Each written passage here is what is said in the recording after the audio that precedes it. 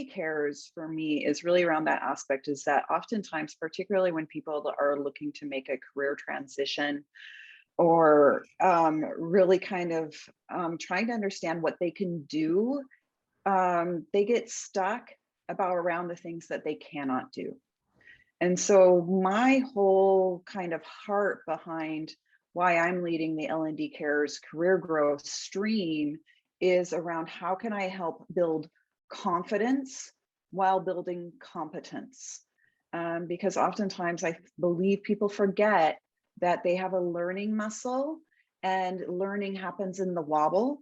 And when you have that support, and when you have that brave space of others around you supporting you, giving you that grace to go in and fumble, and you'll have that support system around you, then you see the magic in people's eyes as they discover and go away from making choices out of fear or safety, security, to then that piece of what is my own potential? What am I interested in? What am I passionate about? How do I find my magic sauce?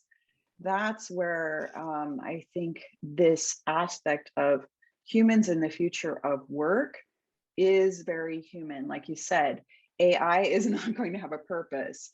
The beauty of connected thinking, the beauty of the future of work is social and how people connect and interplay. That's where innovation is going to come from. But it will only happen if people feel like, okay, I can do this. So that's why we have to start, in my opinion, with the individual around saying, what are you passionate about? What are you curious about? What are you interested in?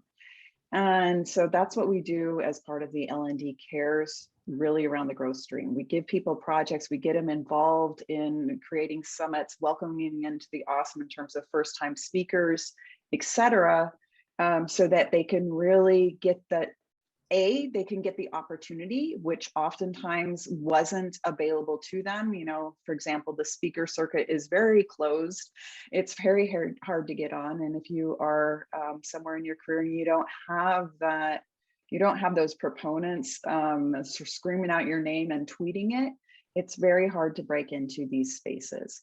And so fostering opportunity, because we are a volunteer organization where we have a platform, we have different opportunities for different people to shine and grow, that they can use then for their own portfolio. So they can send this to potential employers, to groups that they want to be involved in as examples of their work.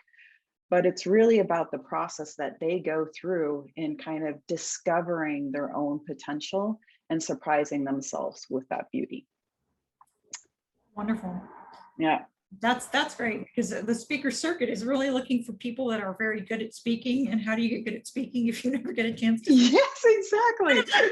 Great. It's the same old adage of how do you get, you know, when we were all looking for our first job, of how do you get experience if you're never allowed to get experience? Yeah. Yeah. No, see, and I'm going to highlight something for you in this moment. As I'm writing, you've told me that you want to enable their growth and help them find their potential and their passion. Tell everybody that wants to come to this that, because that's a beautiful thing to say, and it's a beautiful goal to have. And no, that's wonderful.